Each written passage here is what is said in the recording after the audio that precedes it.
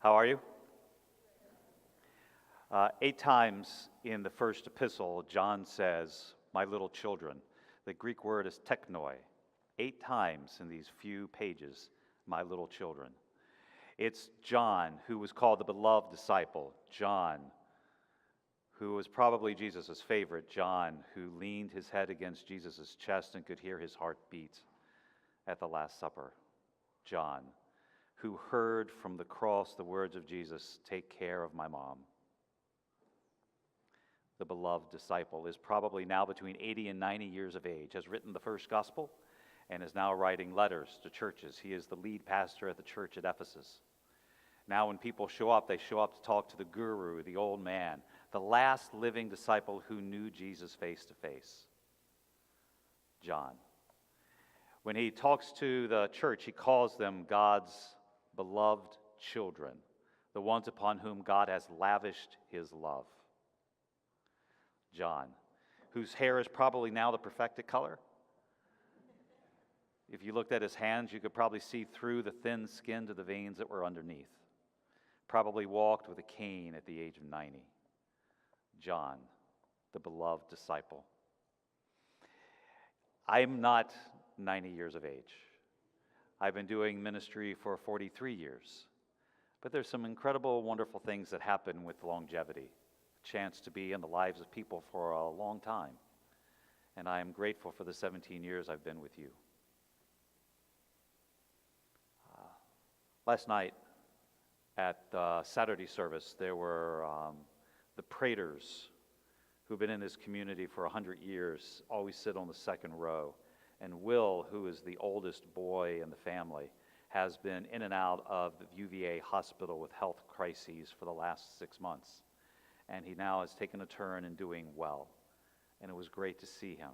Having given up a semester at UVA to get well, he was here to sing praises and offer prayers. It was great to see him. And then seated over there were 3 people who knew me from a church I started in Richmond. Howard and Diane Grove and Greg Frazee. Howard and Diane were part of the church in Richmond that I started, and they heard that I was retiring and said they had to come and see me. Greg was also part of the church, and just as life works out, he also was part of the church where where Emily was a pastor at Otterbein in Harrisonburg. And so they came to hear me preach, and then when the service was over, they took Emily out for dinner.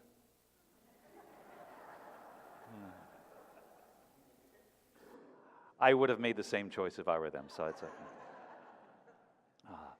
And then I got to do a baptism last night for Cora Elizabeth, 3 months old, about this big.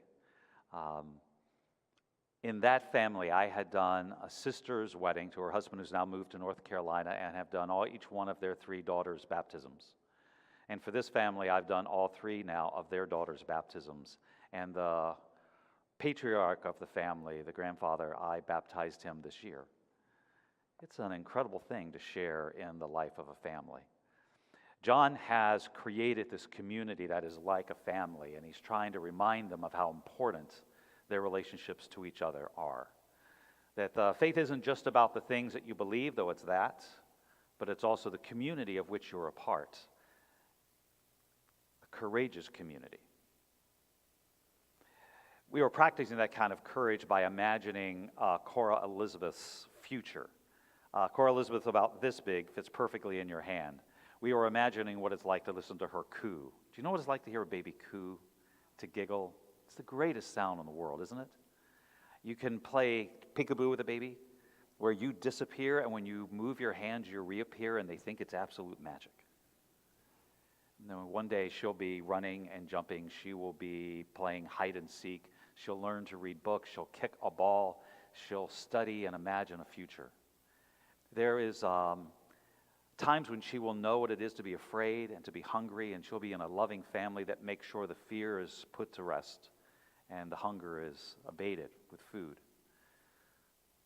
She will learn what it is to be vulnerable and to trust because she's in a family that loves her. There's nothing in the world like that. What John wants for the people that were becoming disciples is out of a mean world to find a place, a courageous place, where people practice what it is to love each other. because it's through that love that they begin to experience life. They begin to experience the radical, liberating faith in God, a childlike trust in God's grace every day, the trembling wonder before the mystery of life, a durable hope that believes death is not the end, but wholeness is, the awareness that at the heart of all things is God's unconditional love. I'm dreaming that Cora and Elizabeth will walk through her world with her arms open and her hands open because she's not afraid of getting hurt. Well, that's what I dream. But I know her sisters will pinch her. They will chase her and they will hurt her. Maybe not her sisters. Maybe her mom or her dad or maybe somebody at school.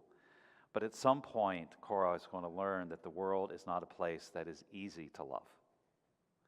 And the dark shadows of this world will entangle her heart, and she will find a moment where she has to decide whether those dark shadows are the truth around which she should orient her life, or whether this unconditional love of God is the truth. Which is it going to be? It's not easy.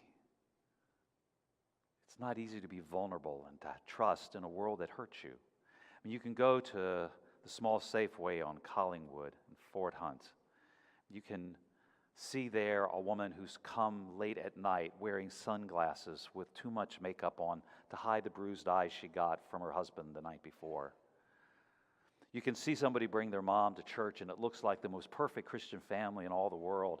And then at some point you may learn that the mom has been abusing her son his entire life, and when they get in the car and head home, the abuse continues. It is one thing to profess the faith. It's another thing to have the character of Christ animating every part of your life. It's not always easy, do you think? Do you know about 2 decades ago in Rwanda, there was a genocide in which 850,000 people died in 3 months? In a country that is the most Christian country in Africa. That most of the murders were committed by Christians. Germany was the highest culture in Europe, filled with Christians. The majority claimed that Christianity was their religion, and they acquiesced in the face of Nazism and said nothing. You know that religion can give cover to violence when it doesn't stand up to injustice and say no. Most of the rules for apartheid were written by Christians in South Africa. Many of the slave owners in the United States were Christian. There are parish priests who prowl instead of protect children. There are ministers who have affairs with members of their congregation. There are church officials who take money out of the offering plate and put it in their pockets instead of helping the poor. There are churches who assassinate each other's character with the gossip of the congregation. It is possible for the faith that you and I proclaim to not animate our lives, but simply be something that we do in front of others, but our hearts have not been changed.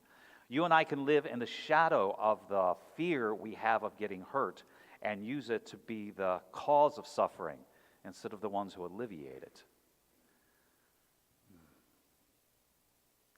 John writes that love has its limits. There is some moment where love says no. That the only loving thing you can do is say no. The chapter on love written by Paul, 1 Corinthians 13, gives 8 characteristics of love. That love is kind. But for every characteristic of love, Paul writes 8 things love is not. Not rude or boastful or self-seeking. In other words, love has to have in it a powerful no. If not, well,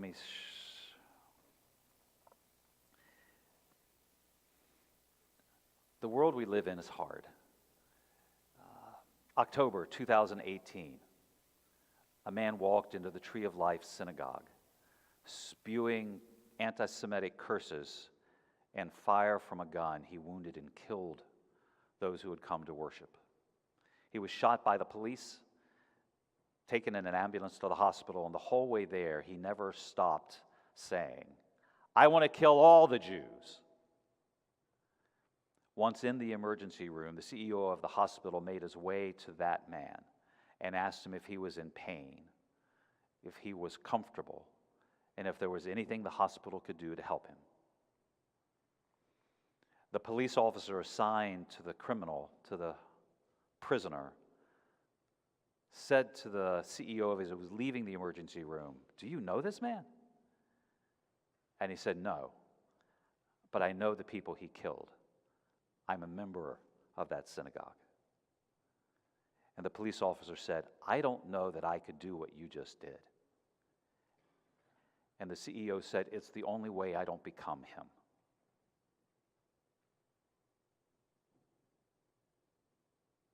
This precious light that God has lavished upon us should not be taken for granted, but cherished, which means sometimes our no's are incredibly loud. South African Archbishop Desmond Tutu said, "If you are neutral in situations of injustice, you have chosen the side of the oppressor." One of my favorite quotes is from Dr. Martin Luther King when he was incarcerated in Birmingham, and he wrote a letter from the Birmingham jail. Part of it he wrote. The language is a little old for its time, but I think you can understand it. "I must confess that over the past few years I have been gravely disappointed with the moderate whites. I have almost reached the regrettable conclusion that the Negro's great stumbling block in his stride toward freedom is not the Ku Klux Klansman, but the white moderate, who is more devoted to order than to justice, who prefers a negative peace, which is the absence of tension, to a positive peace, which is the presence of justice. Shallow understanding from people of goodwill is more frustrating than absolute misunderstanding from people of ill will. Lukewarm acceptance is much more bewildering than outright rejection." Do you get it? Yes to the lavish love of God, and no to the things that abuse it. There's a part of the passage where it says, "We do not know who we will become, but we know we'll become like Christ." I don't know who you're going to become 6 weeks from now when I'm no longer here and Randy's come to take over. Most of you will thank God and say, "Finally," be this huge relief and say, "Now we can get on with the work of the church." Because Randy is a remarkable man that you're going to love to get to know. Notice that he has a forgivable country accent. I mean, you're used to people from all over the world, and that includes people from southern parts of Virginia, right? He has incredible devotion to his faith and is an incredible hard worker. He charges 100 miles an hour, and he will do it for Aldersgate. I want you to be here to help him. I don't know what's going to become of the Methodist Church, but I think it's going to become better. But in the process of becoming better, it may go through some difficult periods that I find challenging. I don't intend to run away, but to be engaged in the fight. I don't know how it will turn out, but I'm going to add my voice to the Methodist Church being faithful. Faithful like you have been for the last 50 years, where you know how to love each other. You know how to laugh when you see each other in church. You know what it is to be vulnerable in each other's presence. You know what it is for these pews to be open to anybody from any background who wants to come and worship God and find the salvation God brings in Jesus Christ. It's all here. You are the courageous community who's willing to be the people who do that. And it's been an honor to be with you for 17 years. And I know you'll continue to do it. So what I want you to do is when I leave, you keep showing up. Don't do as I do as I say. Keep showing up. Courageously love each other. Open your arms to each other. Be the church together. And let the love that you have embrace Leanne and Randy. They stayed at their first congregation for 15 years. And then not wanting to, the cabinet moved them where they stayed at their next congregation for 15 years. Everywhere they have been loved because of the fabulous work that they do. I want you to be around to figure out how fabulous they are and enjoy creating a partnership together. I will just be a memory. They will be present for whatever you need. Did you get all that? you that are the beloved, the teknoi, the children of God. I offer to you in the name of the Father, the Son, and the Holy Spirit. Amen.